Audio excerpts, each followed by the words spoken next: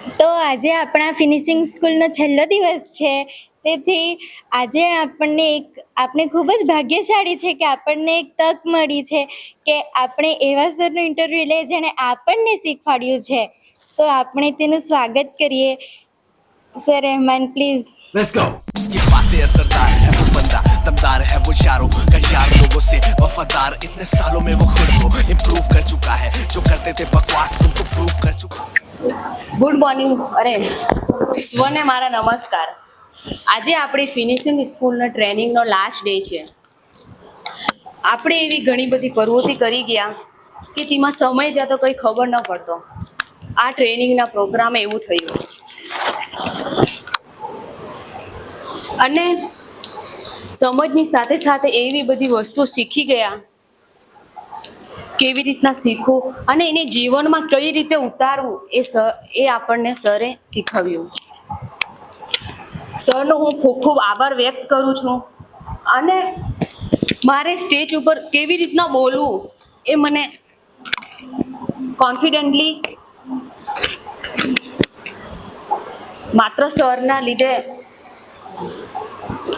આવ્યું. એટલા માટે સરને આપણે બધા ઊભા થઈને સરને જોરદાર તાળીઓથી સરનું સ્વાગત કરીશું.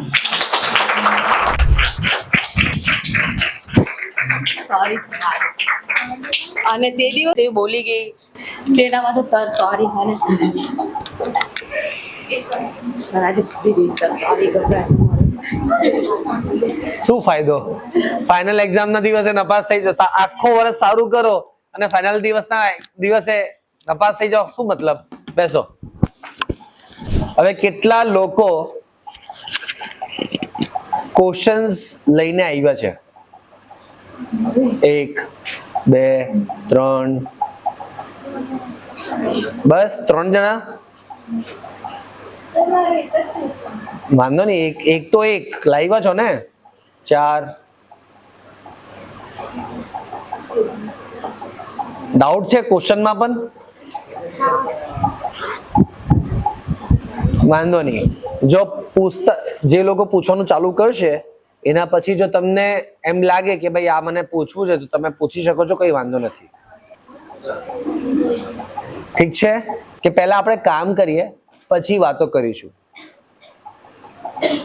તો છેલ્લા 9 દિવસ 10 દિવસની અંદર જે આપણે સાથે હતા, મને બહુ જ સારું લાગ્યું કે આજે પણ આવા છોકરાઓ છે જે લોકો કંઈ શીખવા માંગે છે.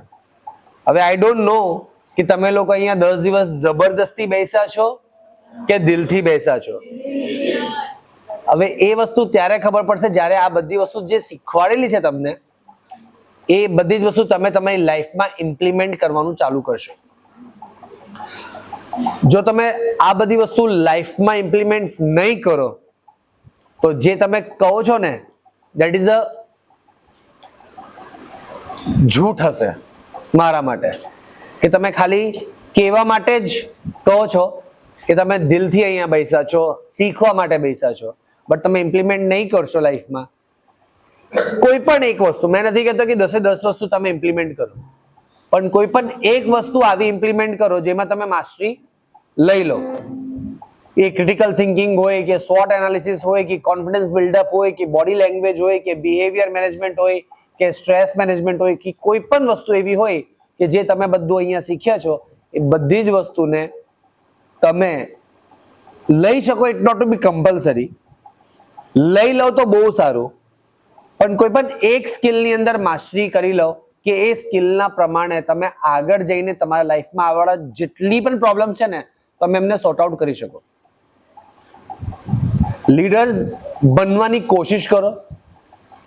ફોલોવર જો હો, કોઈ ખરાબ નથી ફોલોવર હોવું, પણ ફોલોવર હો તો ફોલોવર બનો એઝ અ ટીમ બનીને. બી અ ટીમ મેન ઓલવેઝ, કે તમે ટીમ માટે ઓલવેઝ ઊભા થઈ શકો એવા ફોલોવર, એવી ટીમ તમે બનો. Meet always a new people. નવા લોકો સાથે બેસવાની ટ્રાય કરો. તમારા કમ્ફર્ટ ઝોનને છોડીને આગળ વધો. This is all the things કે જેમાં તમે ઓલવેઝ નવું એક્સપિરિયન્સ જનરેટ કરશો. આજે હું લઈશ તમારું એક્સપિરિયન્સ, જેમને પણ કંઈ બોલવું હોય એ આવીને બોલશે, મને વાંધો નથી. બટ થિંક વન્સ, મેમોરેબલ, કોઈ પણ વસ્તુ મેમોરેબલ હોવી અને કોઈ પણ વસ્તુ રિઝલ્ટ ઓરિએન્ટેડ હોવી, બંનેમાં બહુ ડિફરન્સ છે. તમારી લાઈફમાં એક એક્સિડન્ટ થાય છે, જેના પછી તમારી લાઈફ બદલાઈ જાય છે. હવે જે લાઈફ બદલાઈ છે એ કેવી બદલાઈ છે? જો એક્સિડન્ટ પછી એ જ કન્ટિન્યુ રહી તો એ એક્સિડન્ટ તમારા માટે ખાલી મેમોરેબલ છે. બટ એ એક્સિડન્ટ પછી તમારી લાઈફ ચેન્જ થાય, તમારી લાઈફમાં ગ્રોથ આવે કે ડાઉનફોલ આવે કે કંઈ પણ આવે, તો એ કયું કહેવાય? શું કહેવાશે? Sorry, result oriented. કેમ કે કોઈ પણ એક accident it not to means કે ભાઈ રોડ પર જ એક્સિડન્ટ થયું. એક્સિડન્ટ ઇન ધ સેન્સ કે પ્રિન્સિપલ મેમે તમને બોલાવ્યું ને બે ઠોકી દીધી, રાઈટ? એક્સિડન્ટ ઇટ મીન્સ કે you have a new experience, કે તમે અહીંયાથી ટ્રેનમાં તમારે ઘરે જતા હતા અને તમારું પર્સ ખોવાઈ ગયું. એમાં ટિકિટ હતું, પાસ હતું, બધું જ એમાં હતું, અને એ જ દિવસે ટીટીઆઈ આવીને તમારી પાસે ચેક કર્યું. That is the accident. કે એ મુવમેન્ટથી તમે કંઈ લર્ન કરી શક્યા અને એના પછી વોટ યુ વિલ ચેન્જ. તો ધીસ ઇઝ ધ મુવમેન્ટ. આ બની શકે છે તમારા માટે એક એક્સિડન્ટ, 10 દિવસનો એક્સિડન્ટ થયો, સમજો તમારી લાઈફમાં. હવે આ એક્સિડન્ટ પછી તમે કંઈ ચેન્જ લાવશો તો આ એક્સિડન્ટ તમારા માટે રિઝલ્ટ ઓરિએન્ટેડ હશે, અને આ પછી જો તમે નહીં લાવશો તો આ ખાલી મેમરી હશે કે ભાઈ રહેમાન સર કરીને કોઈ આવેલા લાઈફ સ્કિલના, જે આવીને શીખવાડીને ગયેલા, 10 દિવસ બહુ મજા આવેલી. ઓકે, મજાની સાથે શીખવું સારી વસ્તુ છે, પણ શીખીને જો તમે એક્શન નહીં લો, જો ઇમ્પ્લિમેન્ટ નહીં કરો, તો શીખવાનું કોઈ મિનિંગ નથી. તો એ વસ્તુ યાદ રાખજો, ઠીક છે? તો દરેક વસ્તુનું એક્સપિરિયન્સ કરો. Okay, now it's your turn. Yes, બોલો, શું ક્વેશ્ચન લાવ્યા છો? આજે મારું ઇન્ટરવ્યુ છે એટલે હું અહીંયા આવી રીતના બેસેલો છું, વિચારી લેજો. નથી બોલવું? કઈ વસ્તુની ટેન્શન થાય છે હવે? હવે તો ટેન્શન રિલીફ થઈ જવું જોઈએ. હાઈસ બૈચા, હવે કાલથી પૈતું. સર, તમે અમારા જેવા બધા સ્ટુડન્ટને ટ્રેનિંગ આપો છો, અમે બધું તમારા પાસેથી બધું શીખીએ, પણ તમે અમારા પાસેથી તું શું શીખે?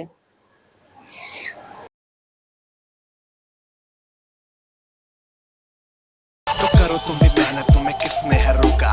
हाथ से न जाने देना कोई भी मौका. जो करे अच्छा काम, जमाना उस पे भौंका. जमाने की न सुनना तुम, जमाना एक धोखा.